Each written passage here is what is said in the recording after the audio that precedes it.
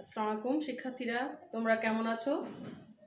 আমরা HSC botany বা উদ্ভিদ বিজ্ঞানে আজকে আবারও চলে আসলাম আমাদের তৃতীয় ক্লাসে। আমরা শুরু করেছিলাম বোটানির প্রথম অধ্যায় কোষ এবং কোষের গঠন। সেটা থেকে আমরা সেটা দিয়ে আবার আজকে শুরু করব। বলে নেওয়া ভালো যে আমরা যে ক্লাস নিচ্ছি তোমাদের উপস্থিতি কতটা কেমন ঠিক আমি বুঝতে পারছি না, বা তোমাদের কোনো প্রবলেম আছে কি না সেগুলো কিন্তু কমেন্ট বক্সে আমাকে জানিয়ে দিও। তাহলে আমি বুঝতে পারবো তোমাদের সাথে আমার ইন্টারাকশনটা। যে কোনো প্রবলেম, যে কোনো কিছু তোমরা আমাদের কমেন্ট বক্সে লিখতে পারো। তাহলে আজকে আমরা শুরু করি যে কোষ ও কোষের গঠন। আজকে আমরা মেইনলি যেটা দেখব সেটা পড়ব আজকে আমরা কোষের আকার, কোষের আকৃতি, কোষ মতবাদ। এর সঙ্গে দেখব কোষের প্রকার ভেদ। প্রথম ক্লাসে আসলে আমি বলে দিয়েছিলাম যে এই টপিক্সটা বা এই অধ্যায়টা এত বড় যে আমি তোমাদেরকে কিভাবে এই যে অল্প অল্প ক্লাস নিয়ে কীভাবে শুরু করবো শেষ করবো ঠিক আসলে বুঝে উঠতে পারছি না। অল্প অল্প করে পড়ার অর্থ এটাই যে প্রত্যেকটা ছোট ছোট বিষয়গুলো অনেক বড় করে বা একটু ডিটেলসে না বোঝালে তোমরা পরবর্তী চ্যাপ্টারগুলোতে যে অসুবিধায় পড়বে। সে কারণে অল্প অল্প করে আমি পড়ছি, আশা করি তোমরা আমার সাথে সহযোগিতা করবে। আমরা গত ক্লাসে বা গত টিউটোরিয়ালে আমরা বলেছিলাম যে কোষ কি, কোষ জীবদেহের গঠন এবং কাজের একক। তার সঙ্গে আমরা পড়েছিলাম কোষের কিছু প্রপার্টিজ, কোষের কিছু বৈশিষ্ট্য। এর সঙ্গে পড়েছিলাম যে কোষ সম্পর্কে বিজ্ঞানের কোন শাখায় পড়ানো হয়, যেটাকে আমরা বলেছিলাম সাইটোলজি। আজকে আমরা একটু শুরু করি কোষের আকার দিয়ে। কোষের আকার বলতে গেলে আমরা জানি যে বেশিরভাগ কোষই কিন্তু খালি চোখে দেখা যায় না। তোমরা জানো আমরা যে ডিম খাই সেটা কিন্তু খালি চোখে দেখা যায়। সেটা হচ্ছে সবচেয়ে বড় প্রাণী কোষ, সেটা হচ্ছে উট পাখির ডিম কোষ, ডিম খোসা সহ, যেটার আমরা বলি যে 17 সেন্টিমিটার ইন্টু 12.5 সেন্টিমিটার। এখানে বলে নেওয়া ভালো যে কোষ যখন ছোট থাকে, অপূর্ণ থাকে, তখন সেটা ছোট থাকে, ক্ষুদ্র থাকে। কিন্তু কোষটা যখন আস্তে আস্তে বড় হয়, সেই বড় হওয়ার সঙ্গে সঙ্গে তার আকারও চেঞ্জ হতে হয়। কারণ কোষটা কোথায় অবস্থান করছে, তার শারীরতত্ত্বীয় বা শারীরবৃত্তিক কী কাজ করতে হবে, গঠন, কাঠামো ইত্যাদির উপরে ভিত্তি করে কোষের আকার হচ্ছে বিভিন্ন রকমের হতে পারে। আমরা যখন এখানে ডিমের কথা বললাম, ডিমটা কিন্তু লেন্স আকৃতির, একটু ডিমটা গোলও না আবার লম্বাটেও না, একটু লেন্স আকৃতির। এরকম ডিম এরকম কোষ হচ্ছে আমরা দেখতে পাই গোলাকার, কোনোটা ডিম্বাকার, কোনোটা আয়তাকার, কোনোটা নলাকার, কোনোটা তোমার দেখবা যে একদম সরু সুতার মতো, আবার কোনোটা মাকু আকৃতির।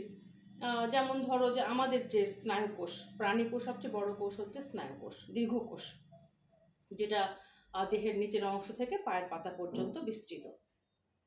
আবার তুমি দেখো যে পাটকে পচিয়ে আমরা যে পাটের আঁশটা বের করি না, সেটাও কিন্তু এক ধরনের কোষ, সেটা অনেক লম্বা, একটু চিকন সুতার মতো।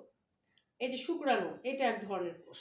ডিম্বাণু, এটা এক ধরনের কোষ। বিভিন্ন রকমের এই যে গ্রন্থি বের হয়, আমরা তারপরে মধু খাই, এই যে কোষগুলো এগুলো বের হয়, সেগুলো কিন্তু এক রকমের কোষ। তো বেশিরভাগ কোষ দেখতে গেলে কিন্তু আমাদের মাইক্রোস্কোপ বা অণুবীক্ষণ যন্ত্র লাগে। এই জন্য কোষকে আকার আমরা বিভিন্নভাবে আমরা পেয়ে থাকি। তা আমরা সবচেয়ে বলছি যে কোষের মধ্যে সবচেয়ে বড় কোষ হচ্ছে উট পাখির ডিম, যেটাকে আমরা খালি চোখে দেখি এবং সেটাকে সেন্টিমিটারে মাপা হচ্ছে। এই কোষগুলোর আকারের উপরে তাদের এককও কিন্তু চেঞ্জ হয়। যদি যেটাকে তুমি খালিতে দেখতে পাচ্ছ একটু বড় সাইজ, আগে আমরা সেন্টিমিটার, এর যদি একটু ছোট হয় তাহলে মিলিমিটার, এর যদি আরও ছোট হয় তাহলে আমরা মাইক্রোমিটার বা মাইক্রন বলি। এরপরে আছে ন্যানোমিটার, এরপরে আছে সবচেয়ে ক্ষুদ্র যেটাকে দেখতে লাগে সেটাকে বলা হয় অ্যাংস্ট্রোম। অ্যাংস্ট্রোম আমরা এভাবে প্রকাশ করি। তো এই হচ্ছে যে কোষের আকার পরিমাপের একক। যেমন অ্যাংস্ট্রোম তোমরা পড়ে এসছো ডিএনএতে।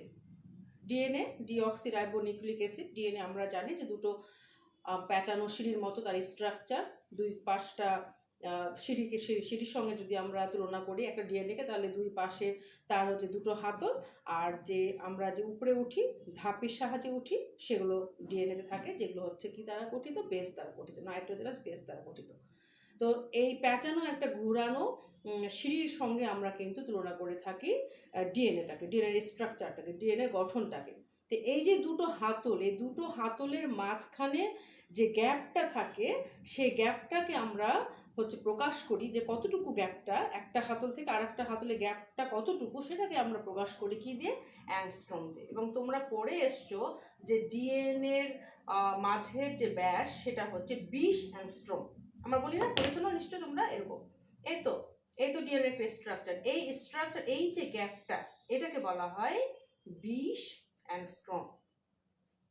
যেটা কিনা এই গ্যাপটুকু দেখতে গেলে ইলেকট্রন মাইক্রোস্কোপের সাহায্যে খুব ক্ষুদ্র কোষের খুব উপাংশ বা উপাঙ্গগুলোর ক্ষুদ্র ক্ষুদ্র উপাঙ্গগুলোকে দেখতে গেলে আমরা সেই উপাংশগুলোকে বা অংশগুলোকে যেটা খুব ক্ষুদ্র ক্ষুদ্র, সেগুলোকে প্রকাশ করতে গেলে, সেগুলো মাপতে গেলে আমরা যে এককটা ব্যবহার করি সেটা হচ্ছে অ্যাংস্ট্রম। তাহলে বড় কোষ বললাম উট পাখির ডিম। আচ্ছা, তাহলে এবার ছোট কোষ বা স্মলেস্ট কোষ হচ্ছে পিপিএলও বা মাইকোপ্লাজমা। পিপিএলওটা কি? পিপিএল হচ্ছে এক ধরনের মাইক্রো অর্গানিজম বা অণুজীব। অণু মানে ক্ষুদ্র, আর জীব মানে যার জীবন আছে, যে জীবগুলোকে খালি চোখে দেখা যায় না, দেখতে গেলে ইলেকট্রন মাইক্রোস্কোপে দেখতে হয়। তোমরা ভাইরাস এবং ব্যাকটেরিয়ার নাম শুনেছো, সে ভাইরাসের চেয়ে একটু বড়, ব্যাকটেরিয়ার চেয়ে একটু ছোট, মাঝামাঝি একটা পর্যায়ে যে অর্গানিজম, সেটাকে বলা হয় পিপিএলও, যার ফুল মিনিংস হচ্ছে প্লিউরোনিউমোনিয়া লাইক অর্গানিজম। প্লিউরোনিউমোনিয়া লাইক অর্গানিজম, সেই পিপিএলও বা মাইকোপ্লাজমা হচ্ছে স্মলেস্ট কোষ। সেটাকে আমরা তার আকারটা কেমন, আমরা মাপি ন্যানোমিটার বা মাইক্রোমিটার দিয়ে, মাইক্রোমিটার বা মাইক্রন দিয়ে 0.1 থেকে 0.3 মাইক্রোমিটার। ওকে, তাহলে এই হলো কোষের আমাদের আকার, কোষের আকার।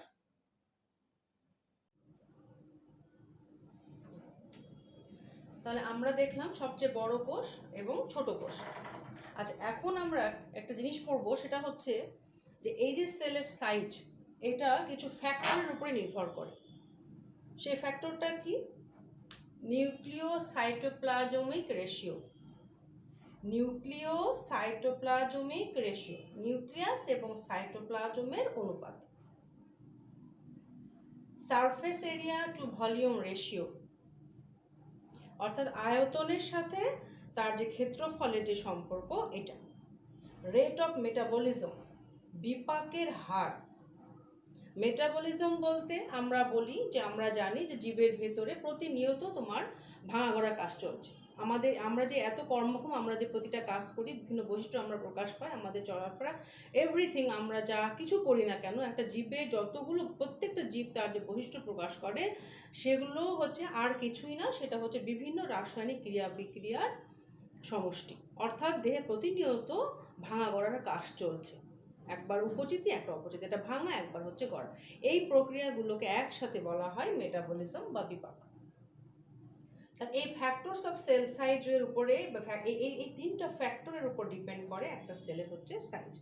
তাহলে প্রথমে যে কথাটা বললাম যে নিউক্লিওসাইটোপ্লাজমিক রেশিও, আমরা উদ্ভিদ বিজ্ঞানে চতুর্থ অধ্যায়ে অণুজীবে আমরা হচ্ছে পড়বো ম্যালেরিয়া। ম্যালেরিয়াতে আমরা যে দুটো শব্দ পাবো, একটা হচ্ছে মাইক্রোগ্যামেট,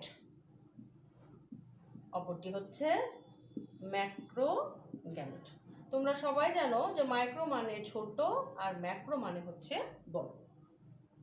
এই মাইক্রো আর ম্যাক্রো, এই যে শব্দ দুটো, এই শব্দ দুটো কিন্তু আসবে এই নিউক্লিয়াস এবং সাইটোপ্লাজমের অনুপাতের উপর ভিত্তি করে। এখানে নিউক্লিয়াসটা বড় হলে বলা হচ্ছে ম্যাক্রো, আর নিউক্লিয়াস ছোট হলে বলা হচ্ছে মাইক্রো। অর্থাৎ কি হয়ে দাঁড়াচ্ছে যে নিউক্লিয়াসটা বড়, কোষটা ছোট, নিউক্লিয়াস ছোট, কোষটা হচ্ছে বড়। এই যে নিউক্লিয়াস এবং সাইটোপ্লাজমের এই যে রেশিও, এই রেশিওটাই হচ্ছে যে অনেকটা ডিপেন্ড করে সেলের উপরে। সেলের আকার এই নিউক্লিয়াস এবং সাইটোপ্লাজমের উপরে নির্ভর করে। এটাকে বলা হচ্ছে নিউক্লিয়াস সাইটোপ্লাজমিক রেশিও। আমরা অণুজীবে যখন যাব, আমরা যখন এই সব পড়বো ডিটেলসে ম্যালেরিয়া, তখন আমরা এই শব্দ দুটো আরো ভালো করে বুঝে নেব।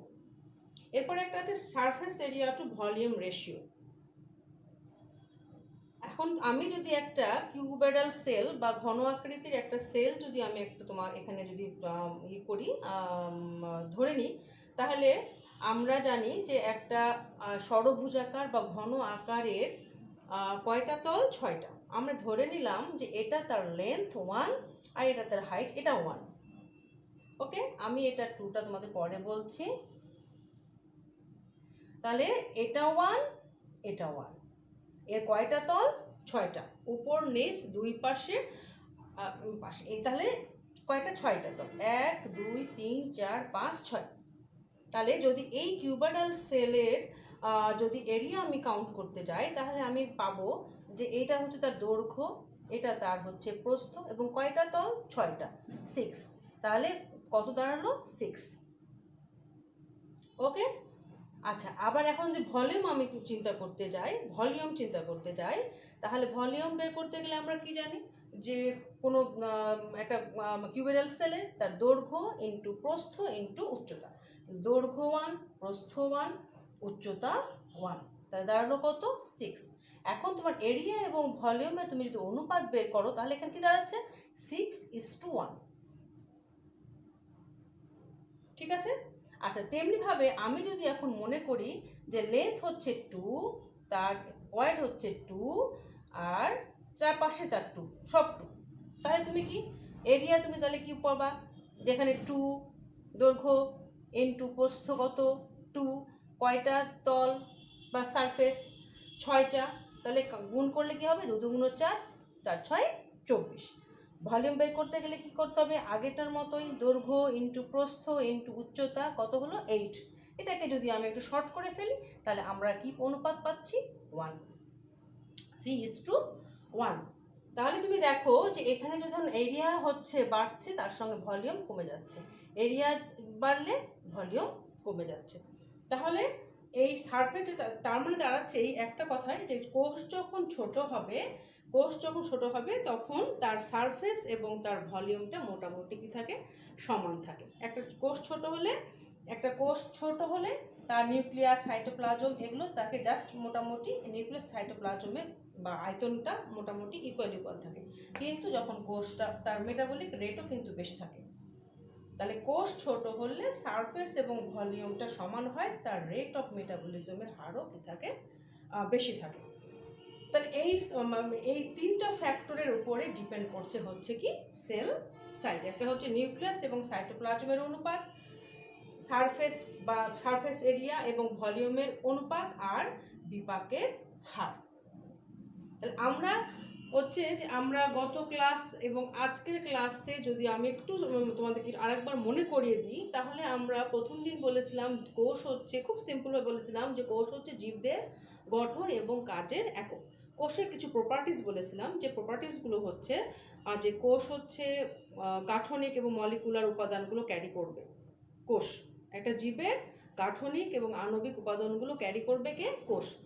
আর কি বলেছিলাম যে কোষের ভেতরে কাঁচামাল সরবরাহ হবে, যে কাঁচামালগুলো ব্যবহার করে কোষের শক্তি তৈরি হবে, যে শক্তিগুলো জীবদেহের জীবদেহের সকল জায়গায় সাপ্লাই বা সরবরাহিত হবে, এবং সে কোষটাকে সংশ্লেষিত করতে পারবে, নিজে নিজে কোষ বাড়তে পারে, পরিবেশের বিভিন্ন উদ্দীপনায় সাড়া দিতে পারে, অভিযোজিত হতে পারে। আর কি বলেছিলাম যে বাইরের পরিবেশের সঙ্গে ভেতরের পরিবেশের তাপমাত্রা ওঠানামা করে না। অর্থাৎ বাইরে যদি খুব ঠান্ডা পড়ে, ভেতরটা একদম ঠান্ডায় জমে যায় না। তার মানে একটা জীব বা একটা কোষ তার অভ্যন্তরীণ অবস্থাটা স্থিতি রাখতে পারে। এই হচ্ছে কোষের প্রপার্টিস। আজকে দেখলাম যে কোষের একটু আকার এবং কোষের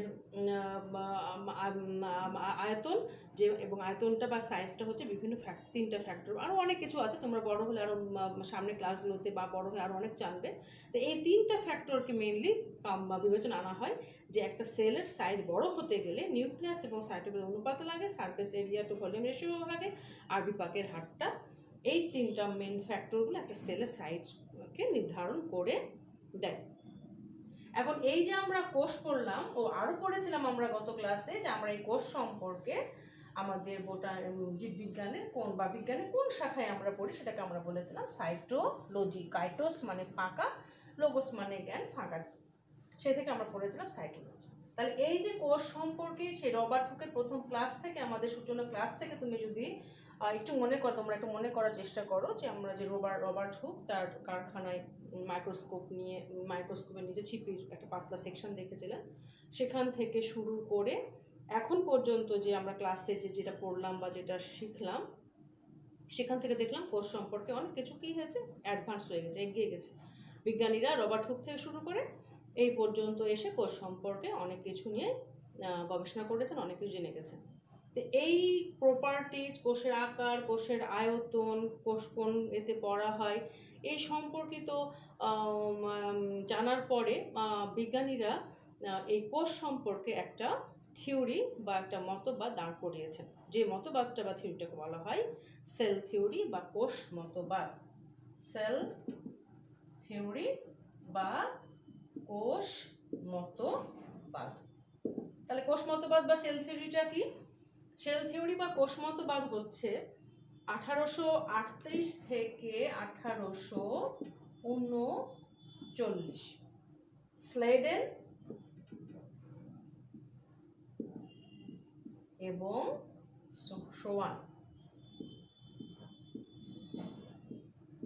স্লেডেন এবং সোয়ান জার্মানের উদ্ভিদ বিজ্ঞানী এবং প্রাণী বিজ্ঞানী দুজন মিলে বলেন যে কোষের যে প্রপার্টিসগুলো আমরা পড়লাম, প্রপার্টিসগুলো দেখলাম, কোষ সম্পর্কে যতটুকু আমরা দেখলাম বা ওনারা যা দেখেছিলেন তার থেকে ওনারা বললেন যে কোষ হচ্ছে জীবদেহের গঠন, গাঠনিক, কার্যিক, শারীরবৃত্তীয় এবং বংশগতির একক।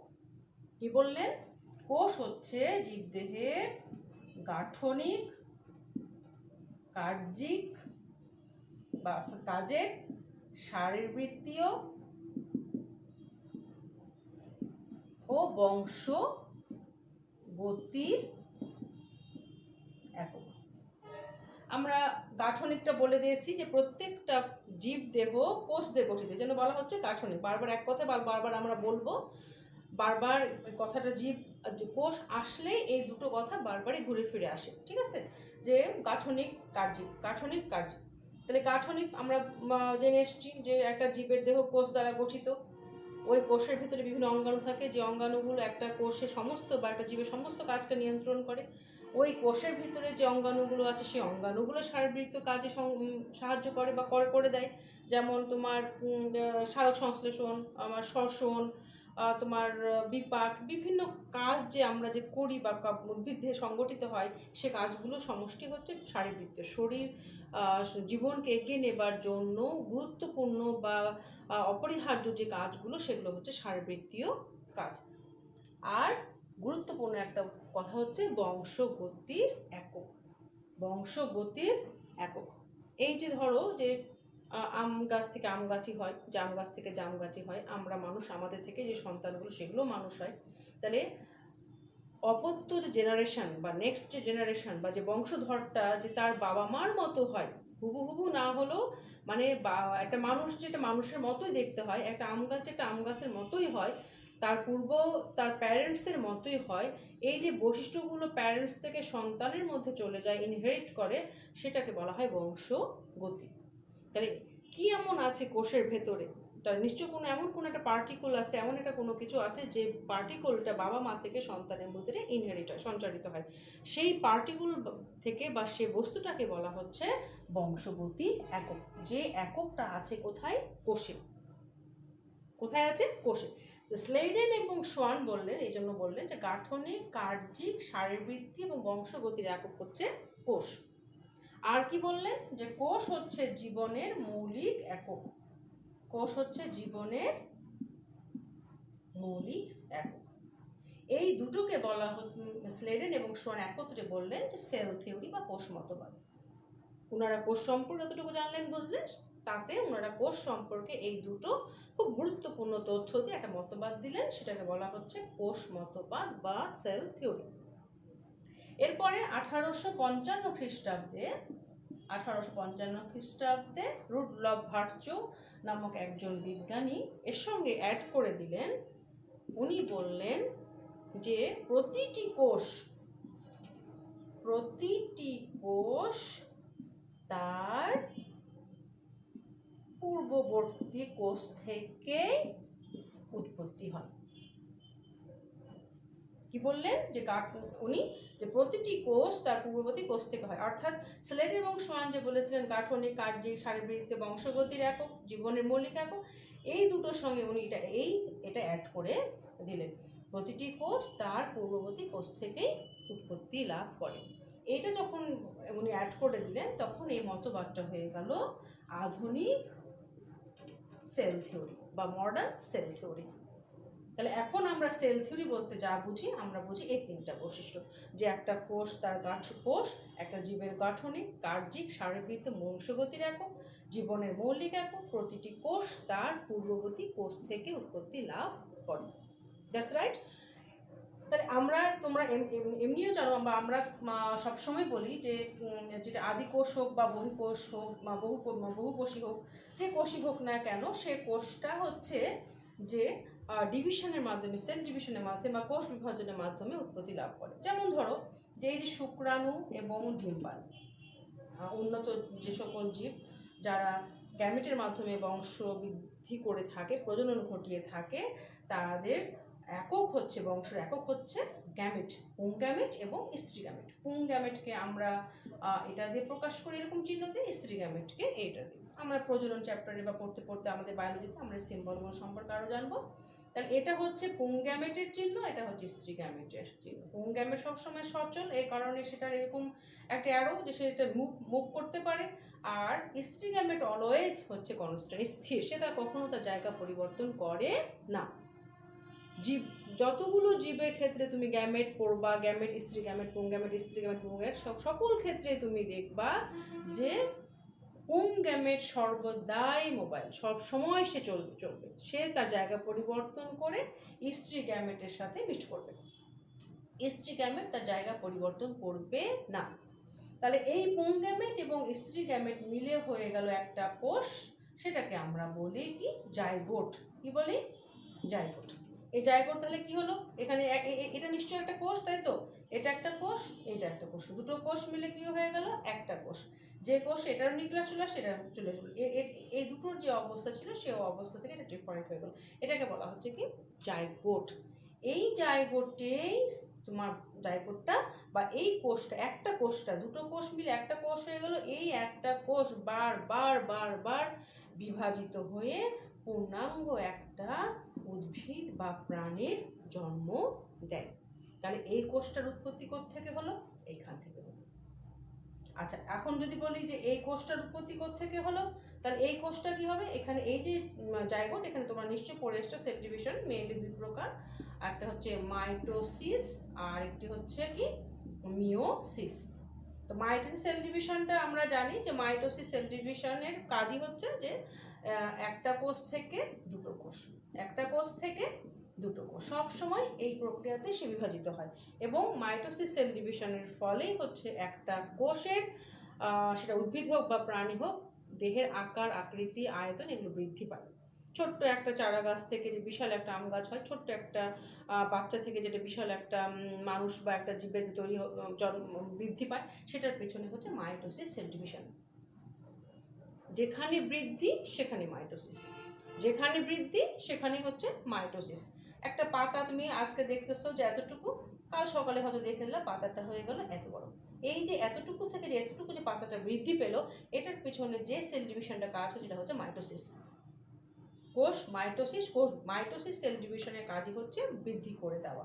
তাহলে এই যে জাইগোটটা তৈরি হলো, সে এই জাইগোটটা বারবার মাইটোসিস প্রক্রিয়াতেই বিভাজিত হয়, একটা থেকে দুটো, প্রতিটা কোষ আবার দুটো, প্রতিটা কোষ আবার দুটো, এভাবে এভাবে বৃদ্ধি পেয়ে এই জাইগোটটায় ক্রমান্বয়ে কি হবে, বৃদ্ধি পেয়ে সেটা পূর্ণাঙ্গ একটা জীবের পরিণত হবে।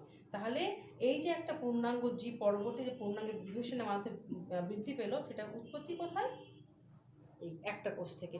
তাহলে এই কোষগুলোর উৎপত্তি কোথায় হচ্ছে, তার পূর্ববর্তী কোষ থেকে। এই কোষটার উৎপত্তি কোথায় হলো, তার পূর্ববর্তী কোষ থেকে। এই কারণে হচ্ছে রুডলফ ভার্চো বললেন যে প্রতিটা কোষ তার পূর্ববর্তী কোষ থেকেই বিভাজনের মাধ্যমে সৃষ্টি হয়। তাহলে এই স্লেডেন এবং সোয়ানের সঙ্গে ভার্চোর যে ওপিনিয়নটা অ্যাড হলো, সেই ওপিনিয়নটা মিলে সেল থিওরি দাঁড়ালো, যে আধুনিক সেল থিওরিতে। সে আধুনিক সেল থিওরি অনুসারে আমরা বলছি যে কোষ হচ্ছে জীবদেহের গঠন, কার্যিক, শারীরবৃত্তিক বংশগতির একক, জীবনের মৌলিক একক। আর বলছি প্রতিটা কোষ তার পূর্ববর্তী কোষ থেকে জন্ম লাভ করে থাকে বা উৎপত্তি লাভ করে থাকে। এই আমরা কিন্তু এখনো বলিনি যে যে কোষের সংজ্ঞা কিন্তু আমরা আসলে তেমন করে এখনো বলিনি। আমরা ছোটবেলার ছোট সংজ্ঞা দিয়ে কিন্তু সংজ্ঞাটাই আমরা বলে আসছি। আমরা কোষের সংজ্ঞাটা আরো একটু পরে যেই পড়বো, ঠিক আছে। এখন আমি একটু দেখিয়ে দিই কোষের প্রকারভেদ। কোষের প্রকারভেদ আমরা কোষের আকার, আকৃতি, ছোট কোষ, বড় কোষ খালি চোখে দেখা যায়, কোনটা দেখা যায় না। আবার তোমার এখানে আমরা অনেক সময় বিভিন্ন দেহে, একটা উদ্ভিদ এবং প্রাণীর দেহের কোষের মধ্যে অনেক মিল থাকলেও আবার অমিলও প্রচুর। একটাই দেহ, কিন্তু এই দেহের ভেতরেও আবার বিভিন্ন রকম কোষ দেখা যায়। হ্যাঁ, গঠন, কাজ, অবস্থান অনুসারে, নিউক্লিয়াসের অবস্থান করে বিভিন্নভাবে কোষ আমরা দেখতে পাই। তো সেই আঙ্গিকেই হচ্ছে কোষকে কী করা হয়, ভাগ করা হয়, কোষের প্রকারভেদ করা হয়, কোষের ক্লাসিফিকেশন করা হয়। তো সেই থেকে আমরা আগে প্রথমে দেখি যে কোষের অবস্থান অনুসারে বা শারীরবৃত্তীয় কাজের উপর ভিত্তি করে কোষের প্রকারভেদ। তো শারীরবৃত্তীয় বা কোষের অবস্থানের উপরে কোষ হচ্ছে দুই প্রকার। একটা হচ্ছে দেহকোষ, আর অপরটি হচ্ছে জনন কোষ। নাম শুনে নিশ্চয়ই তোমরা বুঝতে পারছো। তাছাড়া এগুলো ছোট ক্লাসের পড়া, তোমরা নিশ্চয়ই পূর্ববর্তী ক্লাসগুলোতে পড়ে এসছো। আমি তোমাদেরকে পড়াটা আরেকবার মনে করিয়ে দিই। তাহলে দেহকোষ, যে কোষগুলো দেহে অবস্থান করবে, দেহে তো সবই থাকে, কিন্তু বিভিন্ন অঙ্গ প্রত্যঙ্গ তৈরি করবার জন্য যে কোষগুলো হচ্ছে ব্যবহৃত হয় বা কাজ করে, সেগুলোকে বলা হচ্ছে দেহকোষ। দেহের হাত, পা, চোখ, নাক, কান, চুল, তোমার উদ্ভিদের ক্ষেত্রে মূল, কাণ্ড, পাতা, ফল, এই যে পুরো তার দেহটা তৈরি করতে যে কোষগুলো হচ্ছে কাজ করে, সেগুলোকে বলা হচ্ছে দেহকোষ। উন্নত উদ্ভিদের দেহকোষ সবসময় হচ্ছে ডিপ্লয়েড বা টয়েসেন দিয়ে প্রকাশ করে। এটা ডিপ্লয়েড বা টয়েসেনটা কি, আমি একটু নেক্সটে আসছি। উন্নত উদ্ভিদ এবং দেহকোষগুলো উন্নত উদ্ভিদের বা প্রাণীর ক্ষেত্রে দেহকোষ সবসময় হচ্ছে ডিপ্লয়েড বা টয়েসেন। তাহলে যে কোষগুলো দেহের বিভিন্ন অঙ্গ প্রত্যঙ্গ তৈরি করে দেবে, দেহটাকে গঠন করে দেবে এক কথা, সেই কোষগুলোকে বলা হচ্ছে দেহকোষ। আর জনন কোষ হচ্ছে যে কোষগুলো গ্যামেট তৈরি করে। দেহকোষেরই কিছু কোষ পরিবর্তিত হয়ে জনন মাতৃকোষে পরিণত হয়। সেই জনন মাতৃকোষে meiosis cell division. Meiosis cell division মানে তোমরা নিশ্চয়ই জানো যে মিওসিস ছাড়া কোনো জনন হয় না, বা যৌন জননক্ষম যেগুলো জীব, সেখানে অবশ্যই বা নিম্নস্তরী যেখানে হোক, মানে বংশ বৃদ্ধি করতে গেলে, জনন কোষ তৈরি করতে গেলে, গ্যামেট তৈরি করতে গেলে তোমার মিওসিস লাগবে। তো সেই মিওসিসটা আমরা খুব সংক্ষেপে যদি বলি, যে আমরা মিওসিস হচ্ছে এরকম একটা সেল ডিভিশন। আমরা মাইটোসিস বললাম যে মাইটোসিস বারবার কোষ বিভাজিত হয়ে দেহকে তৈরি করে দেয়। সেই দেহ কোষে আর এক প্রকার হচ্ছে যে সেল ডিভিশন বা কোষ বিভাজন ঘটে থাকে, সেটাকে বলা হয় মিওসিস, যার কাজই হচ্ছে গ্যামেট তৈরি করে দেওয়া, জনন কোষ তৈরি করে দেওয়া। তো এই যদি একটা দেহ কোষে একটা কোষ পরিবর্তিত হয়ে গেল, এবং এটা আমরা অবশ্যই বলেছি ডিপ্লয়েড মানে টয়েসেন মানে আমরা পরে বলছি, শুধু একটু খালি বলে রাখি, এখানে 2 সেট ক্রোমোজোম থাকে, একটা বাবার থেকে আসে, একটা আসে মা থেকে। তো এই ডিপ্লয়েড দেহ কোষ পরিবর্তিত হয়ে যায় জনন মাতৃকোষে। যদি স্ত্রী দেহ হয় তাহলে স্ত্রী জনন মাতৃকোষ, যদি পুং দেহ হয় পুং মাতৃকোষ। তো এই জনন মাতৃকোষে মিওসিস নামক একটা সেল ডিভিশন হয়ে যায়, যে সেল ডিভিশনের ফলে প্রথমে একটা থেকে দুটো কোষ হয়,